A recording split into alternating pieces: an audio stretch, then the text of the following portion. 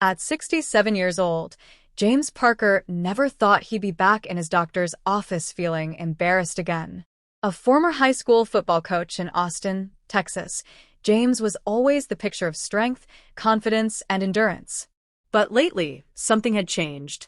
His energy was low, his blood pressure wasn't as steady, and most frustratingly, his circulation down there wasn't what it used to be. He and his wife, Karen, had enjoyed a healthy marriage for nearly 40 years, but James was starting to withdraw, worried he might be letting her down. "James," Dr. Ronald Stevenson said, glancing over his glasses, "this is a common issue. You're not alone. What you're dealing with is related to blood flow. After 60, it's not unusual." James looked up, unsure how to respond. "But here's the good news," Dr. Stevenson continued. "There are natural ways to improve circulation.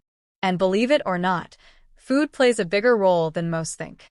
That moment marked the beginning of a transformation James never expected. Back at home, Karen noticed his silence as they had dinner. "Everything okay?" she asked, placing a grilled chicken salad on the table. James sighed. "Saw the doctor today." Karen tilted her head in concern. "And he says it's all about circulation, especially down there." James gave a small smile, hoping humor would soften the awkwardness. Karen walked over, sat beside him, and held his hand. "James, whatever it is, we'll face it together. Like always." That night, James sat on the porch swing, the warm summer air brushing against his skin. He pulled out his phone and searched natural ways to improve circulation after 60. He found dozens of articles, videos, testimonials. But one caught his eye: top 3 foods to boost circulation after 60. It wasn't just a list, it was a story just like his. He read about a retired firefighter named Bill Thompson who had faced similar issues and changed his life just by adjusting his diet. James felt inspired. The next morning, he made a decision. He drove to the local farmer's market, something he hadn't done in years. He passed by vendors selling everything from organic honey to artisan bread. But he was on a mission. He needed the 3 foods that could help him feel like himself again. The first was Beets. The vendor, an energetic woman named Lisa with a deep southern drawl, smiled when James pointed at the vibrant purple roots. Beets," she said. "You know these are great for your blood, right? Full of nitrates, help open up your blood vessels." James smiled. "Exactly why I'm here." The second food was watermelon. He spotted a big crate filled with them. A teenage boy named Tyler was offering free samples. James took a bite and felt the sweet, hydrating juice burst across his tongue. "It's got something called citrulline," Tyler explained, surprisingly informed. "My grandpa eats it for his heart. Says it keeps him young." The third was dark leafy greens, spinach, kale, arugula. James picked up a bunch and tossed them into his basket. By the time he got home, Karen was pleasantly surprised. "What's all this?" she asked. "Our new life," James said with a grin. "We're going green and purple and red." They laughed, and for the first time in a while, James felt empowered. Over the following weeks, James and Karen worked together to create meals that featured these powerful foods. They tried beet smoothies in the morning, watermelon slices with lime in the afternoon, and spinach sautéed in garlic for dinner. They even started walking every evening after meals. Karen noticed a change in him. James was more energetic. He didn't nap as much during the day. He was more engaged, more playful, and more present.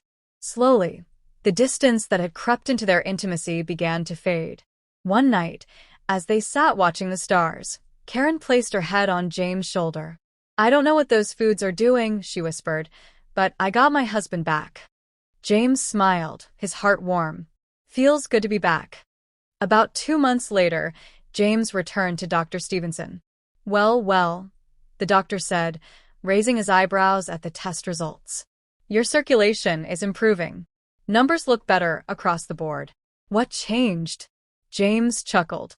"Beets, watermelon, and spinach." The doctor laughed. "That's it. Plus walking. Plus not giving up." As word spread in their neighborhood, James became an unexpected source of inspiration. At church gatherings, backyard barbecues, and community center meetups, Other men began asking him what he was doing differently. One Saturday morning, during a senior men's health talk at the community center, James stood in front of a group of retirees. He wasn't used to public speaking unless it was on a football field, but he cleared his throat and began. "I used to think slowing down was just part of getting older," he said. "But I've learned that sometimes it's about what we put into our bodies.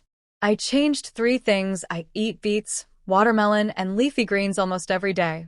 I walk with my wife. I take care of myself. And I feel younger than I have in years." There was silence. Then applause. From that moment, James became the unofficial health coach for dozens of men in his community. He hosted a small weekly gathering called the Circulation Club, where they swapped recipes, shared tips, and motivated each other. They cooked together, walked together, even laughed about their struggles. The impact stretched beyond the men. Wives joined, too, and it became a family affair. Couples began bonding more, supporting each other's health journeys. It wasn't just about improving circulation anymore, it was about rekindling connection, confidence, and vitality. James and Karen began documenting their meals and walks. Karen started a small blog, Circulation and Connection, which quickly gained traction among seniors across the country. They even got featured on a morning news segment as an example of aging gracefully and vibrantly. The host, a cheerful anchor named Melissa Reyes, asked them during the interview, "What would you say to someone out there in their 60s or 70s who feels like it's too late to change?" James smiled and looked at Karen. "I'd say it's never too late. Start small. Eat better. Walk. Love your partner. Life's not over at 60. In some ways, it's just beginning." That message resonated with thousands watching. Comments flooded in. Seniors from Florida to Oregon reached out.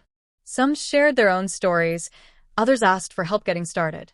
James had no idea his simple trip to the farmer's market would spark a movement. But perhaps that's the magic of real transformation. It begins with one honest decision, one humble step. Now 70, James stood one cool autumn morning on the porch, sipping beet juice from a mason jar while Karen watered the plants.